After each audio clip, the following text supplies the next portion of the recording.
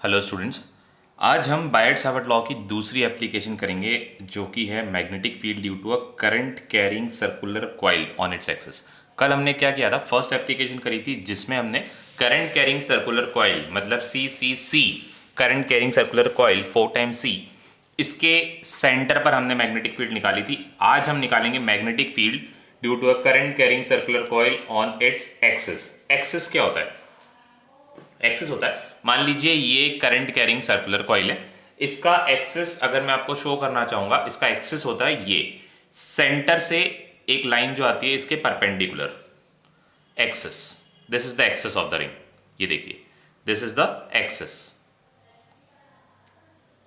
ठीक है, तो अब आपको एक्सिस समझ में आया। एक्सिस वो परपेंडिकुलर होता है, ये एक्सिस वो लाइन होती है जिस पर टायर्स जो होते हैं वो टायर्स लगे हुए होते हैं।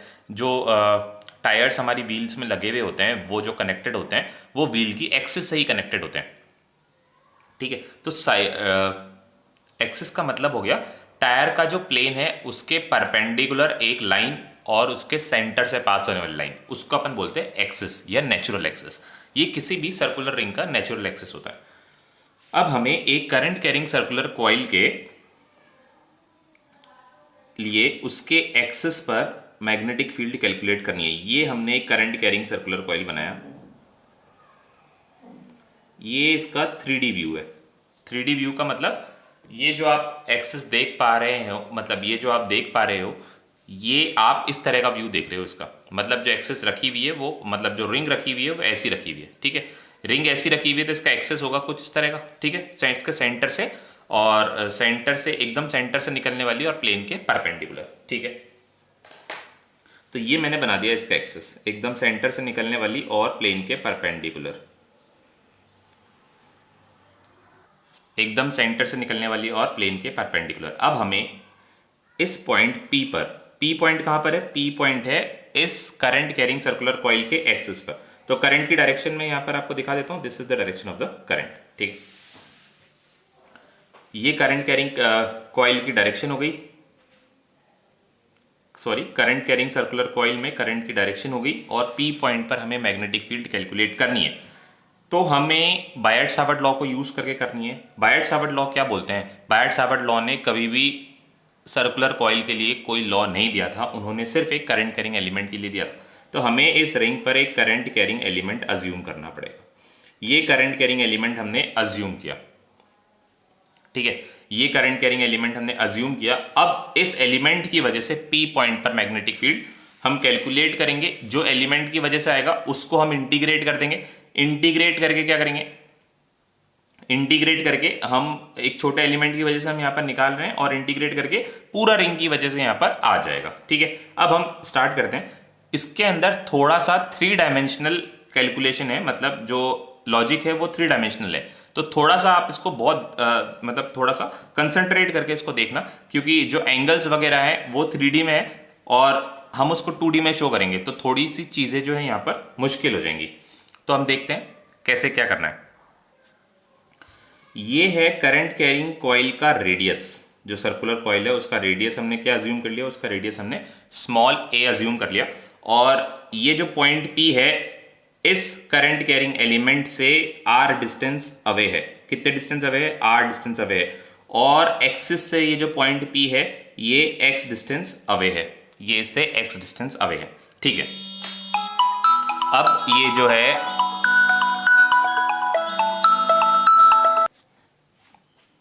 ठीक है, अब अज्यूम करिए कि ये जो करंट कैरिंग एलिमेंट है और ये जो रेडियस है, सॉरी करंट कैरिंग एलिमेंट है, रेडियस है, और ये क्या है? ये है पोजीशन वेक्टर।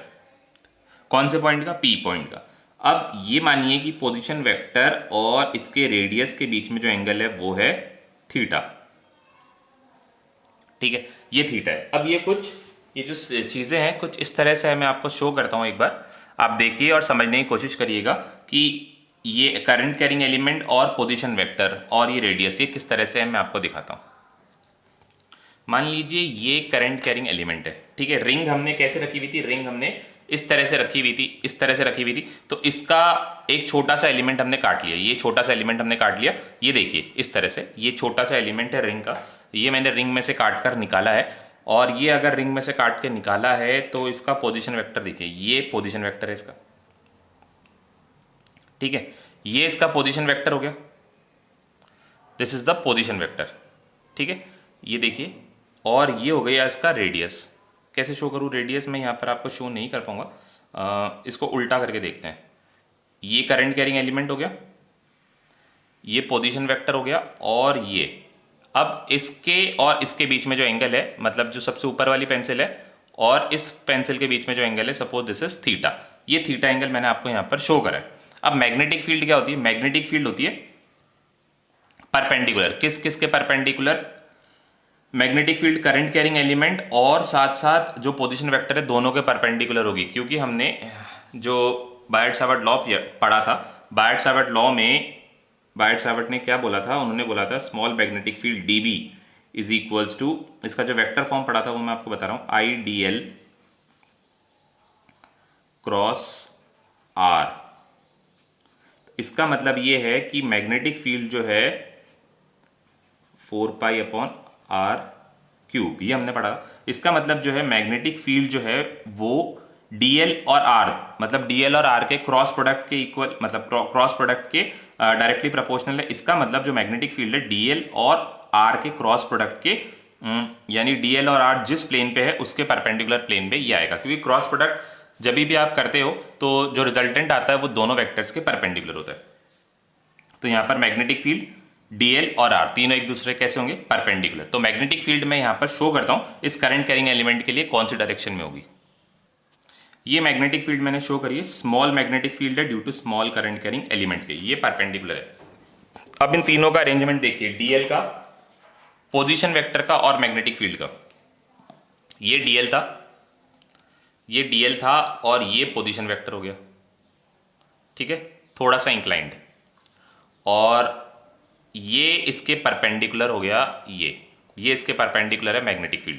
तो कुछ इसी तरह का अरेंजमेंट हमने हमारी कॉपी में करा है। The blue pencil is the current carrying element, the green pencil is position vector, and the black pencil is the magnetic field, ठीक है। ये तीनों एक दूसरे के परपेंडिकुलर है। मान लीजिए अगर ये जो ब्लू पेंसिल है ये एक्स एक्सिस पर है, ब्लू पेंसिल जो है एक्स एक्सिस है, ये जो ग्रीन पेंसिल है ये वाई एक्सिस है, और जो ब्लैक पेंसिल है ये जेड एक्सिस है। तीनों एक दूसरे के परपेंडिकुलर आप देख सकते हैं। ये वाला एंगल इन दोनों के बीच में देखिए, इन दोनों के बीच में कौन सा एंगल है, ये 90 डिग्री का एंगल है। और अब इन दोनों के बीच में एंगल देखिए, इन दोनों के बीच में ये वाला एंगल जो है ये भी 90 डिग्री है, ठीक है।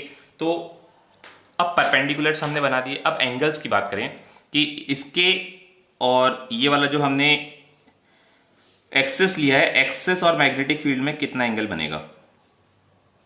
ये मैंने एक्सिस को एक्सटेंड कर दिया है, क्योंकि जो इसकी कैलकुलेशन ज़्यादा हार्ड नहीं है, बट इसका जो 3D जो है, 3D जो फिगर है, और 3 डायमेंशन में हम इसमें फिजिकल क्वांटिटीज अज्यूम करें तो एंगल्स लेने में हमें थोड़ी सी प्रॉब्लम होगी। तो वो मैं आपको पूरी समझाने की कोशिश करूंगा कि किस किस में कैसे कैसे हमने एंगल्स अज्यूम किए, ठीक है। अब ये वाला एंगल और ये वाला एंगल जो है ये हो जाएंगे दोनों इक्वल, थीटा। कैसे, देखो, दिस इज द रेडियस, ये रेडियस है, रेडियस और पोजीशन वेक्टर में एंगल था थीटा, रेडियस और पोजीशन वेक्टर में एंगल था थीटा। 90 गलती से लिख दिया, मैं थीटा बनाता हूं इसको। ये देखिए ये है थीटा। अब इस पोजीशन वेक्टर पे परपेंडिकुलर है मैग्नेटिक फील्ड, ठीक है। ये पोजीशन वेक्टर पे परपेंडिकुलर हो गई magnetic field, this is 90 degree, ठीक है। और ये हमारा हो गया axis, this is our axis. ये एक है, ये वाली जो लाइन है दिस इज रेडियस, ये सेंटर है कॉइल का, ये इसका रेडियस हो गया। रेडियस और पोजीशन वेक्टर में एंगल था थीटा, ये एंगल थीटा था, तो ये वाला एंगल कितना होगा, ये वाला एंगल हमें कैलकुलेट करना है। ये वाला मैंने यहाँ पर थीटा लिख दिया, बट थीटा कैसे हुआ मैं आपको बता रहा हूँ। ये एंगल कितना है, ये 90 डिग्री, ये 90 डिग्री है। तो ये वाला जो पूरा एंगल है, ये जो पूरा एंगल है ये एक्सटीरियर एंगल है इस ट्राइंगल का। तो इस पूरे एंगल की वैल्यू कितनी होनी चाहिए, इस पूरे एंगल की वैल्यू होनी चाहिए 90 प्लस थीटा। पूरे एंगल की वैल्यू 90 प्लस थीटा होनी चाहिए और ये यहां से यहां तक 90 डिग्री ऑलरेडी हो चुका है। अगर ये ऑलरेडी 90 डिग्री हो चुका है तो ये बचा हुआ एंगल कितना होना चाहिए? बचा हुआ एंगल होना चाहिए थीटा,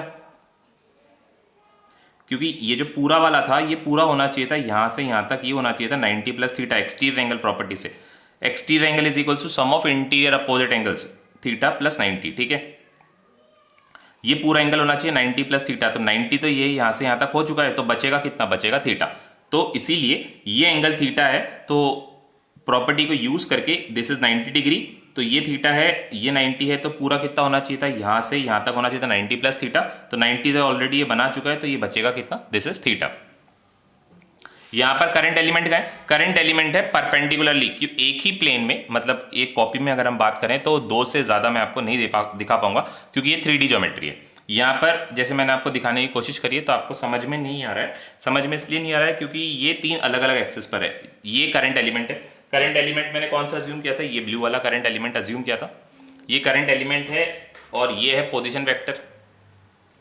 ठीक है, करंट एलिमेंट और पोजीशन वेक्टर, ये करंट एलिमेंट हो गया और पोजीशन वेक्टर। रेडियस का है, रेडियस है इसके नीचे,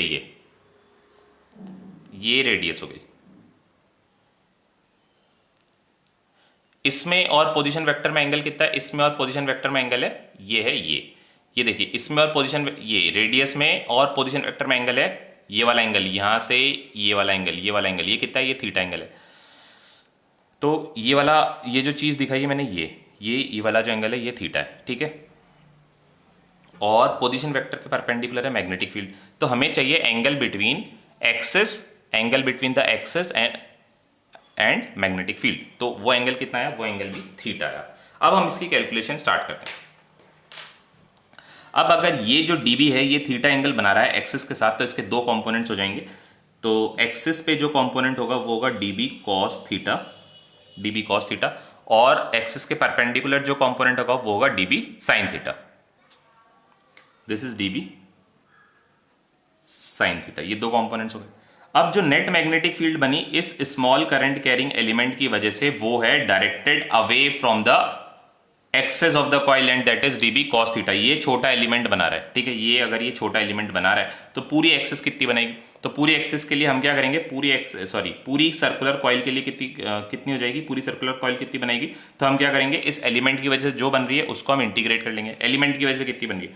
एलिमेंट की वजह से बन रही है dB cos थीटा। तो net magnetic field on the axis capital B is given by integration of dB cos theta. अब dB की वैल्यू क्या थी? dB की वैल्यू थी, ये वेक्टर फॉर्म लिखा है तो मैं इसको मैग्नीट्यूड में लिखता हूं। dB था, dB इज इक्वल्स टू था mu not upon 4 pi IDL sine theta upon are square, IDL sine theta upon are square. ये जो एंगल था साइन थीटा, कल हमने पढ़ा था, ये जो एंगल था ये किस किस के बीच में था? ये था करंट एलिमेंट और पोजीशन वेक्टर के बीच में। करंट एलिमेंट और पोजीशन वेक्टर कितना एंगल है सोचना, आपको सोचना पड़ेगा। ये करंट एलिमेंट है, ये कौन सी डायरेक्शन में था? एक्स डायरेक्शन में। पोजीशन वेक्टर किस में थी? वाई डायरेक्शन में। तो एंगल कितना हुआ दोनों के बीच में? 90 डिग्री। मैं आपको इसको 3 डायमेंशनली भी शो करता हूं। ये देखिए, this is current element and this is the position vector. ठीक है, इन दोनों के बीच में ये वाला एंगल देखिए, ये परपेंडिकुलर बन रहा है कि नहीं बन रहा? ये परपेंडिकुलर है, तो करंट एलिमेंट और पोजीशन वेक्टर के बीच में एंगल कितना हो गया? ये एंगल हो गया 90 डिग्री। ठीक है, तो 90 डिग्री साइन थीटा की वैल्यू हो जाएगी 90 डिग्री, और साइन 90 होता है 1।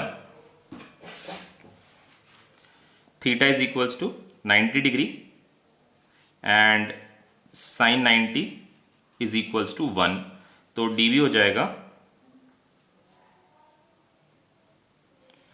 dB is equals to mu naught upon 4 pi IDL sin 90 is 1 upon R square। ये वाली वैल्यूज हम यहां पर पुट कर देते हैं। अब R स्क्वायर कितना होगा? देखिए, ये है R, ये राइट एंगल ट्राइंगल बन गया एक। This is the centre, this is point Q हम मान लेते हैं। ट्राइंगल OPQ में देखिए राइट एंगल ट्राइंगल बना, triangle OPQ right angle triangle. ठीक है, राइट एंगल ट्राइंगल है तो इसमें R की वैल्यू होगी a square plus x square. तो पोजीशन वेक्टर जो हमारा R है उसको हम क्या लिखेंगे? Under root of a square plus x square या फिर a square plus x square raise to the power 1/2। Under root का हम क्या लिखते हैं, रेज टू द पावर 1/2। ठीक है, अब हम आते हैं ये वाली जो वैल्यू है डीबी की, ये यहां पर पुट करेंगे। B vector is equals to integration of dB. DB की वैल्यू हो गई mu not upon 4 pi I D L upon are square. R square का अपन क्या लिखते हैं, a square plus x square की पावर 1/2। 1/2 का होल स्क्वायर करोगे तो कितना आ जाएगा, 1/2 का होल स्क्वायर करोगे तो 1 ही रह जाएगा। तो इसको मैंने ए स्क्वायर प्लस एक्स स्क्वायर लिख दिया और ये कॉस थीटा। ठीक है, ये कॉस थीटा हमने लिखा। अब कॉस थीटा की वैल्यू कितनी होगी, कॉस थीटा इस ट्राइंगल में देखिए, ये वाला जो ट्राइंगल है इसमें कॉस थीटा, ये तो हो गया base, a is base and this is hypotenuse. तो कॉस थीटा कितना हो जाएगा, कॉस थीटा हो जाएगा, cos theta is equals to base upon hypotenuse. Base कितना है, बेस है ए और हाइपोटेनस है a square plus x square का अंडर रूट, यानी a square plus x square की पावर 1/2। तो कॉस थीटा की वैल्यू हम यहां पर पुट करते हैं हमारी इक्वेशन में। कॉन्स्टेंट्स को भी बाहर निकाल लेते हैं। कॉन्स्टेंट्स को हमने बाहर निकाला, चलो पहले एक बार कॉस थीटा की वैल्यू पुट कर देते हैं फिर बाहर निकालेंगे। This is mu not upon 4 pi I D L upon a square plus x square raise to the power 1 multiplied by cos theta था a square upon a square plus x square raise to the power 1/2। ये 1/2, तो a square plus x square raise to the power 1 और ए square plus x square की power 1/2 दोनों मिला कितना हो जाएगा, a square plus x square की पावर 3/2। ये 3/2 हम यहां पर बाहर निकाल देंगे। सारी चीजें कांस्टेंट है, ए बदल नहीं रहा, रेडियस है, एक्स पी पॉइंट की पोजीशन चेंज नहीं हो रही तो एक्स भी नहीं बदल रहा, तो ए और एक्स दोनों हो गए कांस्टेंट। तो इन सारे कांस्टेंट्स को हम इंटीग्रेशन के साइन के बाहर निकाल देते हैं। 4 पाई आई भी का कांस्टेंट है और ए स्क्वायर प्लस एक्स स्क्वायर की पावर 3/2 भी हमने बाहर निकाल दिया और न्यूमरेटर में क्या रह गया, न्यूमरेटर में था ए भी हमने बाहर निकाल दिया। अब इंटीग्रेशन क्या होना है, किसका होना है, इंटीग्रेशन होना है सिर्फ डीएल का। डीएल का इंटीग्रेशन क्या होगा, डीएल का इंटीग्रेशन होगा length of the coil. Length of the coil कितनी है, कॉइल की लेंथ कितनी है, कॉइल को अगर बीच में से काटते ही फैला दोगे तो किसके इक्वल आएगा, वो आएगा 2 पाई आर के इक्वल आएगा। तो डीएल का इंटीग्रेशन कितना हो जाएगा, डीएल का इंटीग्रेशन हो जाएगा 2 पाई। रेडियस हमने कितनी अज्यूम करी थी, रेडियस हमने अज्यूम करा था ए, तो 0 से 2 पाई ए तक हमें इंटीग्रेशन करना है। लिमिट्स हमने डाल दी 0 से 2 पाई ए, तो ये आ गई हमारी value mu not upon 4 pi I a upon a square plus x square raise to the power 3/2। Dl का इंटीग्रेशन हो गया 2 पाई ए, डीएल का इंटीग्रेशन हो गया 2 पाई ए। ठीक है, तो यहां से पाई कैंसिल हो गया और 2 और ये कैंसिल हो गए, तो हमारा आंसर फाइनली आ गया mu naught I a square, A into ए क्या होगा, mu naught I A into A square upon ये 2 से 4 कैंसिल हो गया तो क्या बचा था, यहाँ पर बचा था 2 इंटू ए स्क्वायर प्लस एक्स स्क्वायर की पावर 3/2। ये हमारा फाइनल रिजल्ट आ गया। मैग्नेटिक फील्ड आ गई, किसकी वजह से, मैग्नेटिक फील्ड आ गई एक कॉइल की वजह से उसके एक्सिस पर। और मैग्नेटिक फील्ड की डायरेक्शन हमने देखी, ये डायरेक्शन कहाँ पर थी, ये एक्सिस के अलोंग थी, यानी कॉइल से दूर जाती भी थी। मतलब जो circular current carrying circular coil है उससे दूर जाती भी थी। और राइट हैंड थंब रूल भी यही इंडिकेट करता है। करंट को हमने घुमा दिया इस डायरेक्शन में, ऐसे ही घूम रही थी करंट एंटी क्लॉकवाइज डायरेक्शन में। अगर ये ये एंटी क्लॉकवाइज डायरेक्शन में घूम रही थी, ये एंटी क्लॉकवाइज डायरेक्शन में घूम रही थी, मैग्नेटिक फील्ड कहाँ आ गया, मैग्नेटिक फील्ड आ गया बाहर की तरफ। ठीक है, तो पॉइंटिंग आउटसाइड। ठीक है, इसको मैं एक बार वापस से लिखता हूँ, ये एक्सप्रेशन आपके लिए मैं एक बार वापस से लिखता हूँ नेक्स्ट पेज पर, और इसके कुछ स्पेशल केस भी हम देखेंगे। This is the expression we have got for the magnetic field due to a current carrying circular coil on its axis. The expression is mu not I a square 2a square plus x square raise to the power 3/2 and the magnetic field is directed away from the coil. ठीक है, क्योंकि current इसमें flow हो रही थी, current जो flow हो रही थी वो एंटी क्लॉकवाइज डायरेक्शन में फ्लो हो रही थी, इसलिए जो हमें मैग्नेटिक फील्ड मिली है वो है कॉइल से अवे, कॉइल से दूर जाती हुई। ठीक है, अगर क्लॉकवाइज डायरेक्शन में फ्लो होती तो मैग्नेटिक फील्ड का, जैसे ये देखिए ये एंटी क्लॉकवाइज डायरेक्शन, ये क्लॉकवाइज डायरेक्शन, तो मैग्नेटिक फील्ड कहाँ की तरफ डायरेक्ट हो जाती, कॉइल की तरफ डायरेक्ट हो जाती। ठीक है, if there are n numbers of coil, अगर ऐसी मान लीजिए n नंबर ऑफ कॉइल्स है, if there are n numbers of coils, यानी एक के पीछे एक के पीछे एक, ऐसी बहुत सारी कॉइल्स हैं, तो मैग्नेटिक फील्ड कितनी हो जाएगी, तो मैग्नेटिक फील्ड हो जाएगी mu naught I a square. ये एक के लिए थी, तो हम क्या करेंगे, n कॉइल्स की बात कर रहे हैं तो इसको हम n से मल्टीप्लाई कर देंगे, 2a square plus x square की पावर 3/2, इसको हमने n से मल्टीप्लाई कर दिया, ये n कॉइल्स की वजह से आ गया। अच्छा, कल हमने एक चीज पढ़ी थी, ये करंट कैरिंग सर्कुलर कॉइल थी, जैसे हमने आज ली थी वैसे हमने कल लिए, पर कल हमने इसके सेंटर पे कैलकुलेट करी थी। सेंटर पर कैलकुलेट अगर हम करेंगे, सेंटर पर कैसे आएगी, ये सेंटर पर आएगी, देखिए ये करंट कैरिंग सर्कुलर कॉइल है, ये हमने आज अज्यूम करी है, और ये एक्सिस, इसका एक्सिस था, ये एक्स डिस्टेंस अवे था सेंटर से, ओ से। अगर आपको सेंटर में लाना है तो एक्स की वैल्यू क्या होनी पड़ेगी, एक्स की वैल्यू को 0 बनाना पड़ेगा। अगर एक्स की वैल्यू 0 बनाते हैं तो क्या हम कल वाले रिजल्ट को मैच कर पाएंगे, देखते हैं। तो ये है मैग्नेटिक फील्ड, ये है magnetic field mu not I a square upon 2a square plus x को क्या पुट करना है, एक्स को 0 पुट करना है, पावर लगानी है 3/2। जब पावर हमने 3/2 लगाई तो mu naught I a square upon 2a square की पावर 3/2, तो कितना हो जाएगा, a स्क्वायर की पावर 3/2 हो जाएगा, ये 1 की पावर क्यूब, a की पावर 3। तो जब हम इसको सॉल्व करेंगे तो हमें मिलेगा mu naught I upon 2a। ये वाला रिजल्ट और कल वाला रिजल्ट एग्जैक्टली सेम आया, मतलब हमने जो आज कैलकुलेशंस करी है और कल कैलकुलेशंस करी थी वो हमने दोनों तरफ से मैच करके देख ली, मतलब हमारी दोनों कैलकुलेशन सही है। और ये जो था ये हमने कौन सा कैलकुलेट करके बताया मैंने आपको, ये मैंने आपको कैलकुलेट करके बताया at the centre of the coil. ये वैसे कल मैंने आपको कैलकुलेट करके बता दिया था सेंटर ऑफ द कॉइल पे, जिसको मैंने एप्लीकेशन नंबर 1 बोला था, और सेंटर ऑफ द कॉइल पे हमने कैलकुलेट करके देखा था। ठीक है, mu not I a upon 2a। ठीक है, तो अब हम हमारी नेक्स्ट एप्लीकेशन करते हैं, magnetic field due to a current carrying straight conductor at a certain distance away from it using Biot Savart law, application number 3। ये हम करेंगे, magnetic field due to a straight conductor, current carrying conductor हो जाएगा ये, क्योंकि current है इसमें, तभी वो मैग्नेटिक फील्ड बनाएगा, स्ट्रेट करंट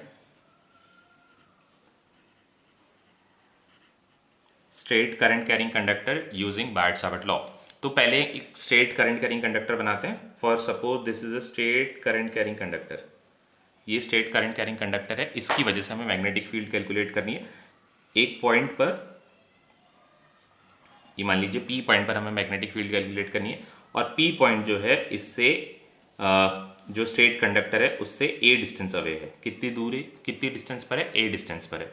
ठीक है, और कंडक्टर की जो लेंथ है, कंडक्टर की लेंथ हमें नहीं गिवन है, हम ये मान लेते हैं कि ये जो पॉइंट है जिससे हमने, ये जो पॉइंट है इस पॉइंट को हम मान लेते हैं O। सेंटर पे सेंटर तो नहीं होगा, सेंटर भी हम नहीं मान सकते क्योंकि हमें इसकी लेंथ नहीं पता एग्जैक्टली, तो हम इसका सेंटर कैसे नापेंगे।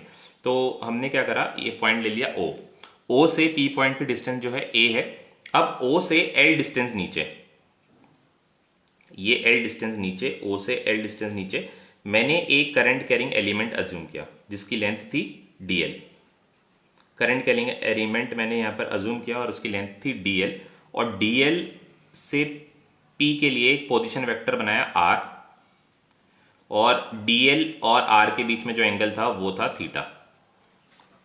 ठीक है, अगर ये एंगल थीटा है तो ये जो लाइन है ये एकदम परपेंडिकुलर है इसके, तो ये है 90 और ये एंगल हो जाएगा 5, दिस इज 5। अब इस ट्राइंगल में हम बात कर लेते हैं, 3 पॉइंट ले लेते हैं O, M और n in triangle O M N, तो 90 प्लस थीटा प्लस फाई, इनका सम कितना होना चाहिए? इनका सम होना चाहिए 180 डिग्री। इनका सम 180 डिग्री है तो फाई की वैल्यू क्या हो जाएगी? फाई की वैल्यू हो जाएगी 90 माइनस थीटा, क्योंकि जब आप इसको यहां लेके जाओगे नेगेटिव का हो जाएगा और 90 भी यहां जाके नेगेटिव का होगा, तो 180 में से 90 को सब्ट्रैक्ट करेंगे तो क्या रह जाएगा? सिर्फ 90। तो फाई की वैल्यू क्या हो जाएगी? फाई की वैल्यू हो जाएगी 90 माइनस थीटा। और पर शायद हमें यहाँ पर थीटा की वैल्यू चाहिए होगी। मैं थीटा की भी यहाँ पर लिख देता हूँ, थीटा की हो जाएगी 90 माइनस फाइव। मैंने दोनों वैल्यूज यहाँ पे लिख दिए, फाई की थीटा की टर्म्स में और थीटा की फाई की टर्म्स में। जो हमें जरूरत पड़ेगी हम उसके अकॉर्डिंग यूज कर लेंगे। ठीक है, अब बायट-सावर्ट लॉ यूज करते हैं। बायट-सावर्ट लॉ क्या कहता है? Small magnetic field dB is equals to mu not upon 4 pi I D L sine theta, sine theta upon are square. Sine theta किस किस के बीच में एंगल होता है? करंट एलिमेंट और पोजीशन वेक्टर के बीच में। जो एंगल हमने कितना अज्यूम किया है? जो एंगल हमने थीटा अज्यूम किया है। ठीक है, अब इस थीटा को अगर मेरे को फाई की टर्म्स में एक्सप्रेस करना है, थीटा को फाई की टर्म्स में एक्सप्रेस करना है, तो कितना हो जाएगा ये? थीटा को फाई की टर्म्स में 90 माइनस फाइव, तो ये हो जाएगा dB is equals to mu not upon 4 pi I D L sine 90 minus five. थीटा को मैंने फाइव से रिप्लेस कर दिया और नीचे R square as it is आ गया। ठीक है, R square as it is आ गया। अब हम यहां पर कुछ वैल्यूज अलग से कैलकुलेट करते हैं। सबसे पहले हम लेंगे सेक फाई। सेक फाई की वैल्यू क्या होती है? सेक फाई होता है कॉस फाई का उल्टा। कॉस फाई होता है बेस अपॉन हाइपोटेनस, तो सेक फाई कितना हो जाएगा? Hypotenuse upon base. हाइपोटेनस क्या है इस ट्रायंगल का? इस ट्रायंगल का हाइपोटेनस है आर और इसका बेस क्या है? इसका बेस है ए। तो आर की वैल्यू हमने निकाली, आर की वैल्यू हमने निकाली ए सेक फाई। आर की वैल्यू हमने ए सेक फाई निकाली। ये क्यों निकाली ये भी आपको थोड़ी देर में पता चल जाएगा। R is equals to a sec phi, तो आर स्क्वायर कितना हो जाएगा? आर स्क्वायर हो जाएगा a square sec square phi. ठीक है, अब हम निकालते हैं टेन थीटा की वैल्यू, या टेन फाई की वैल्यू निकालते हैं। Tan phi perpendicular upon base. Perpendicular कौन है? परपेंडिकुलर है ये वाली line O M. O M perpendicular. O M की वैल्यू कितनी है? एल, और बेस कितना है? ए। ठीक है, तो एल की वैल्यू कितनी आई? एल की वैल्यू आई ए टेन फाइव। एल की वैल्यू आई ए टेन फाइव। हमें इस इक्वेशन में पुट करने के लिए क्या चाहिए? डीएल चाहिए। तो यहां से हम दोनों तरफ डिफरेंशिएट कर देते हैं। एल का डिफरेंशिएशन डीएल और ए कांस्टेंट है, टेन फाइव का differentiation sec square phi dot D phi. क्योंकि फाई यहां पर वेरिएबल है। वेरिएबल कैसे? क्योंकि करंट कैरिंग एलिमेंट हम कितनी भी नीचे और कितनी भी ऊपर अज्यूम कर सकते हैं, यहां से लेकर यहां तक पूरी लेंथ में अज्यूम कर सकते हैं। तो फाई यहां पर वेरिएबल है, तो इसीलिए हमने फाई को डिफरेंशिएट करा है। टेन फाई का differentiation sec square five D phi. अब सारी वैल्यूज को यहां पर पुट करते हैं। dB is equals to mu not upon 4 pi I D L. DL की वैल्यू हमें पुट करनी थी, डीएल की वैल्यू मैं यहाँ पे पुट कर देता हूँ। डीएल मैंने लिख दिया है गलती से, डीएल की वैल्यू पुट करनी पड़ेगी। डीएल की वैल्यू कितनी निकाली हमने? डीएल की वैल्यू निकाली है a sec square five D five. ठीक है, म्यू नॉट आई डीएल की वैल्यू हमने पुट कर दी, और ये है sine 90 minus five. Sine 90 minus five क्या होता है? ये होता है cos five. Sine 90 minus five मैंने कॉस फाइव लिख दिया। अब आर स्क्वायर को भी हमने फाई की टर्म्स में एक्सप्रेस कर दिया, क्योंकि हमारा वेरिएबल यहाँ पर फाई है। फाई की वैल्यू ऊपर से नीचे तक वेरी कर सकती है, तो हमने आर को भी फाई की टर्म्स में एक्सप्रेस कर दिया। क्या वैल्यू निकाली हमने आर की? आर स्क्वायर की निकाली ए स्क्वायर सेक स्क्वायर फाइव। ए स्क्वायर सेक स्क्वायर फाइव। तो अब आपको ये समझ में आ गया होगा कि मैंने सेक फाइव क्यों अज्यूम किया। हम कॉस फाइव भी ले सकते थे, साइन फाइव भी ले सकते थे, सेक ही क्यों लिया? क्योंकि ये यहां से दोनों कैंसिल आउट हो जाएंगे। ठीक है, तो अब यहां से सेक स्क्वायर फाइव से सेक स्क्वायर फाइव कैंसिल हो गया, ए स्क्वायर से ए कैंसिल हो गया। तो हमारे पास क्या क्या बचा? डीबी में हमारे पास बचा, डीबी में हमारे पास बचता है म्यू नॉट अपॉन 4 पाई आई, और ऊपर कुछ नहीं बचा, ऊपर बचता है ये सब कांस्टेंट है और नीचे एक कांस्टेंट और है, नीचे सिर्फ a रह गया। अब इंटीग्रेशन हम किसका करेंगे, cos फाई डी फाई का। इस राइट हैंड साइड में इंटीग्रेशन करा है तो लेफ्ट हैंड साइड में भी करना पड़ेगा। डीबी का इंटीग्रेशन क्या हो जाएगा, डीबी का इंटीग्रेशन हो जाएगा नेट मैग्नेटिक फील्ड बी।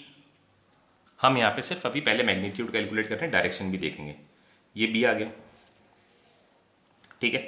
तो बी हमने निकाला mu naught I upon 4 pi A. Cos phi का इंटीग्रेशन क्या होगा, कॉस फाई का इंटीग्रेशन होता है साइन फाई, साइन फाई। अब इसकी लिमिट कहाँ से कहाँ पुट करनी है वो देखिए। लिमिट पुट करना यहाँ पर बहुत इंपॉर्टेंट है। ये हमारा करंट कैरिंग एलिमेंट था, मान लीजिए ये जो पॉइंट है, अब हमें ये हमारा करंट कैरिंग कंडक्टर था और इसकी वजह से हमें पी पॉइंट पर मैग्नेटिक फील्ड कैलकुलेट करनी है। तो ये जो डीएल है ये ओ से नीचे यहां से लेकर यहां तक इस पॉइंट तक वेरी कर सकता है और ओ से ऊपर यहां से इस पॉइंट तक वेरी कर सकता है। तो ये जो अगर ये यहां पर आता और सपोज यहां पर आके ये एंगल जो बना रहा होता उसको हम बोलते हैं φ1। क्योंकि ये रेफरेंस लाइन से नीचे है तो हम इसको नेगेटिव में लेंगे, -φ1। लिमिट में जब हम पुट करेंगे इसको नेगेटिव में लेंगे। और ऊपर मैक्सिमम क्या लिमिट हो सकती थी, ज्यादा से ज्यादा फाई की वैल्यू क्या हो सकती थी, ऊपर जाता तो ये होता φ2। तो dl जो है φ1 से φ2 तक कहीं पर भी वेरी कर सकता है। मतलब ये जो पोजीशन वेक्टर है ये एंगल बना सकता है φ1 से लेकर φ2 तक। माइनस का φ1 यानी रेफरेंस लाइन के नीचे, इसलिए -φ1 रेफरेंस लाइन के नीचे, और रेफरेंस लाइन के ऊपर कितना बना सकता था, φ2। तो यहां पर हम साइन फाई की लिमिट पुट करते हैं -φ1 से +φ2। अब इसको आप इंटीग्रेट करेंगे तो आप देखेंगे ये आ गया mu naught I upon 4 pi A sign φ2 plus minus minus क्या हो जाएगा प्लस साइन φ1। ठीक है, ये एक्सप्रेशन आ गया due to current carrying conductor, straight conductor. किस किस पर डिपेंड कर रहा है, पोजीशन पर डिपेंड कर रहा है। यानी जितनी ज़्यादा दूर हम जाते रहेंगे इस कंडक्टर से, मतलब ए की वैल्यू जितनी ज़्यादा बढ़ती जाएगी, ए ये देखिए ए, ये जो ए पॉइंट है ये जितना ज़्यादा इंक्रीज होता जाएगा मैग्नेटिक फील्ड की वैल्यू उतनी डिक्रीज होती जाएगी, क्योंकि एक्सप्रेशन जो है इन्वर्सली प्रोपोर्शनल टू ए है।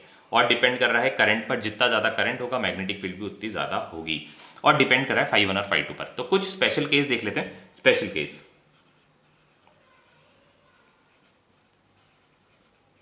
स्पेशल केस जब ये करंट कैरिंग कंडक्टर की लेंथ हो जाएगी इनफाइनाइट। इनफाइनाइट लेंथ का मतलब है कि ये जो एंगल है, ये एंगल अभी यहां पर है तो φ2 है, थोड़ा और ऊपर होता तो ये लाइन थोड़ी और ऐसी हो जाती, ये थोड़ा और ऊपर होता तो लाइन ऐसी हो जाती। इनफाइनाइट का मतलब है बहुत लंबी।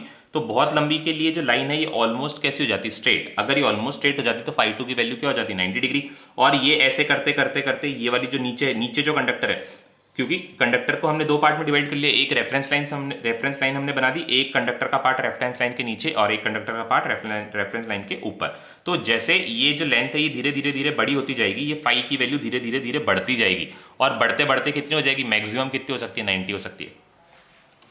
स्पेशल केस व्हेन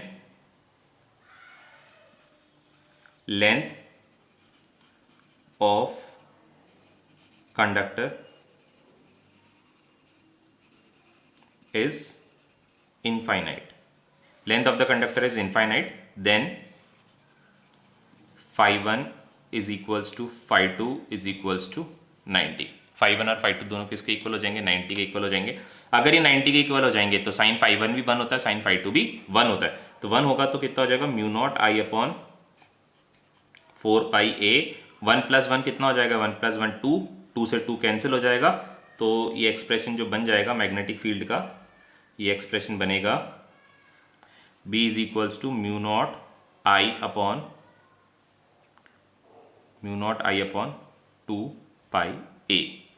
देखिए ये एक्सप्रेशन और सर्कुलर कॉइल के एक्सप्रेशन में सिर्फ पाई का डिफरेंस है। सर्कल में क्योंकि पेरीमीटर में पाई आ जाता था तो वो दोनों कैंसिल आउट हो गए, तो क्या बचा था, mu not I upon 2a current carrying circular coil में। और ये स्ट्रेट कंडक्टर था तो पाई कैंसिल नहीं हुआ, तो mu naught I upon 2 pi ए। तो ये आपको ध्यान रखना है, ये दोनों रिजल्ट्स बहुत ज़्यादा यूज होते हैं।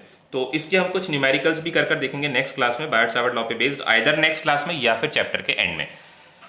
तो न्यूमेरिकल्स करने का हम ट्राई करेंगे। और उसके बाद हम स्टार्ट करेंगे ampere circuital law. Ampere circuital law जैसे एक एक करके हम लॉ पढ़ते जा रहे हैं। पहले हमने पढ़ा कि एक मूविंग चार्ज पर क्या फोर्स लगता है, मूविंग चार्ज पर फोर्स लगता है QVB। फिर उसके बाद हमने साइक्लोट्रॉन पढ़ा। फिर उसके बाद हमने क्या पढ़ा, उसके बाद हम मूविंग चार्ज से चार्ज के बाद आ गए हम कंडक्टर पर। कंडक्टर के छोटे से लेंथ पे कितना फोर्स लगता है वो भी हमने निकाल लिया। अब कल एक बार हम क्या करेंगे, बाय वो एम्पेयर सर्किट लॉ पढ़ने से पहले हम एक बार किसी कंडक्टर पर लगने वाले फोर्स के बारे में भी बात कर लेंगे। मान लीजिए ये दोनों जगह, इस पूरी जगह पर क्या ये यहाँ से मैग्नेटिक फील्ड है, यहाँ पर अगर मैंने इस कंडक्टर को ऐसे रख दिया तो क्या इस पर कोई फोर्स लगेगा? तो आंसर है जब इसमें से करंट फ्लो होगी तब जरूर इस पर फोर्स लगेगा। और हो सकता है ये यहाँ पर हवा में भी रुक जाए। अगर यहाँ पर मैग्नेटिक फील्ड है तो क्या पता ये यहाँ पर हवा में भी रुक जाए। तो उसके लिए भी हम कल एक्सप्रेशन देखेंगे, फोर्स कैलकुलेट करेंगे और देखते हैं कि ये हवा में रुक सकता है कि नहीं रुक सकता, और रुक सकता है तो मैग्नेटिक फील्ड कितनी होनी चाहिए, कितना स्ट्रॉन्ग फील्ड होना चाहिए और कितनी करंट यहाँ पे होनी चाहिए। तो आज हम इतना ही करते हैं। कल हम करेंगे magnetic field due to a conductor. Magnetic field due to conductor नहीं, force experience by the current carrying conductor in a magnetic field. क्योंकि चार्ज की वजह से चार्ज कितना फोर्स एक्सपीरियंस करता है वो हमने पढ़ लिया, साइक्लोट्रॉन हमने पढ़ लिया, और करंट कैरिंग कंडक्टर की वजह से मैग्नेटिक फील्ड हमने निकाल दी। अब हम पढ़ेंगे कि कोई करंट कैरिंग कंडक्टर, पूरा कंडक्टर अगर उसको मैग्नेटिक फील्ड में डाल दिया जाए किसी एक्सटर्नल मैग्नेटिक फील्ड में तो वो कितना फोर्स एक्सपीरियंस करेगा, ये हम नेक्स्ट क्लास में करेंगे। ठीक है, तो आज हम इतना ही करते हैं। नेक्स्ट क्लास में करेंगे force on a current carrying conductor.